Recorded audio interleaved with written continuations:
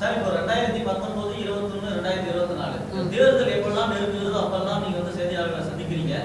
இதுக்கு முன்னாடி நான் எல்லா இன்டர்வியூ கொடுத்துக்கிட்டு தான் இருக்கேன். இல்ல நீங்க என்ன இப்பதான் பாக்குறீங்கன்னு சொல்லுங்க. நான் கடந்த 4-5 வருஷம் மாமா காடிவெட்டியார் அவர்கள் மறைவுல இருந்து நான் ஒரு நிகழ்வு அப்பவும் நான் பத்திரிகையாளர்களை சந்திச்சு பேட்டி கொடுத்துக்கிட்டு தான் இருக்கேன். லீகல் ஆக்ஷன்ஸ் எடுத்துட்டு இருக்கோம். மறைமுகமா சட்ட ரீதியா லீகல் ஆக்ஷன்ஸ் எடுக்கோம். திமுகலையும் நாங்க வந்து இடஒதுக்கீடுக்காக கொடுத்துருக்கோம். நாங்க இப்ப தற்போதைய இருக்க முதலமைச்சரை பார்த்து அதுக்கான கோரிக்கைகளை வச்சுட்டு இருக்கோம். எங்களோட போராட்டங்களை சட்ட ரீதியான போராட்டங்களை நாங்க கையெடுத்துட்டு இருக்கோம்.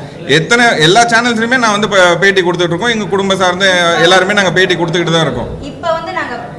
இப்ப இன்னைக்கு கூட்டணி அது தவறான கூட்டணியா இருக்கு. கூட்டணிக்கு இவங்க போயிருக்காங்க. அது வந்து ஒரு வன்னியர்களுக்கான கட்சி.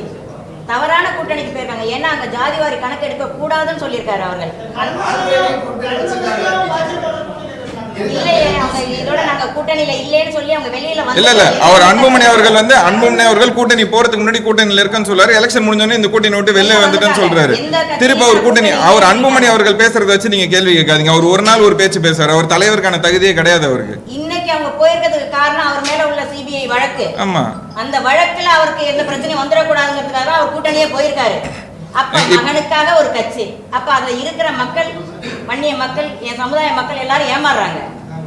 என் சமுதாயத்தை பயன்படுத்திக்கிட்டு அவங்க குடும்பம் வளருது. கூட்டணி பேசக்குள்ள கூட ரிசர்வேஷன் கொடுக்கணும், என் மக்களுக்காக செய்யணும். இல்ல 10 அம்ச கோரிக்கைன்னு ஒரு சில கோரிக்கைகள் வந்து இந்த கோரிக்கைகள்லாம் நாங்க கேட்டுதான் வந்து ஆதரவு தெரிவிச்சோம்னு சொல்லுவாரு ராமதாஸ் அவர்கள். இந்த வாட்டி இந்த கூட்டணியில என்னென்ன கோரிக்கை கேட்டாங்கன்னு இது வரைக்கும் வெளியில வரவே இல்லையே.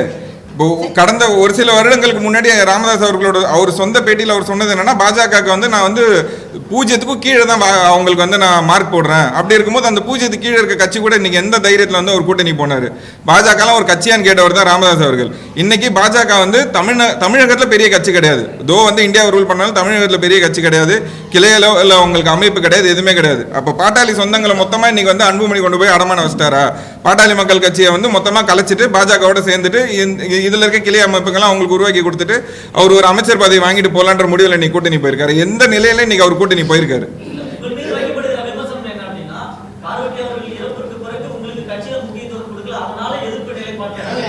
எதுக்கு எங்களுக்கு முக்கியத்துவம் கொடுக்கல?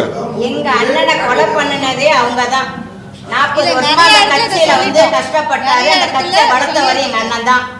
அந்த கட்சி பாட்டாளி மக்கள் செஞ்சதுல 40 வருஷத்துல 10 வருஷம் ஜெயில தான் இருந்தாரு.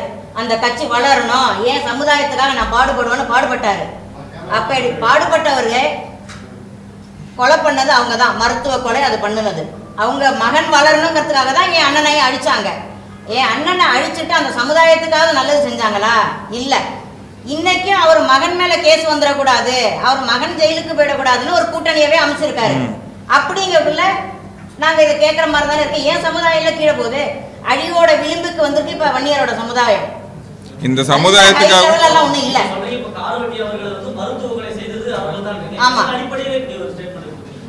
48 நாள் 24 மணி நேரமும் தூக்க ஊசி தான் போட்டாங்க எங்க அண்ணனுக்கு. மருத்துவமனையில இருந்தது நானு. அப்ப மருத்துவருக்கும் எனக்கும் அங்க தகராறு நடக்குது. தூக்க ஊசி போடாதீங்கன்னு சொல்றேன். அது இன்ஃபியூஷன் பம்புல வச்சு 24 ஹவர்ஸும் தூக்க மருந்து போகுது. 48 டேஸ்.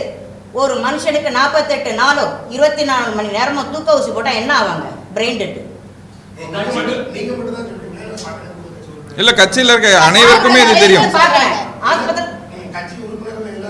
அதுல தெரிஞ்சவங்க எல்லாம் கட்சி விட்டு வெளியில வந்துட்டாங்க. அதுல தெரிஞ்சவங்க பல பேர் கட்சி விட்டு வெளியில வந்துட்டு எங்க கூட தொடர்புல இருக்காங்க.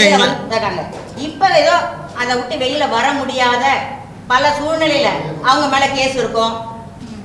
சூழ்நிலை கைதியா மாட்டிட்டு உள்ளவங்க மட்டும்தான் அங்க இருக்காங்க.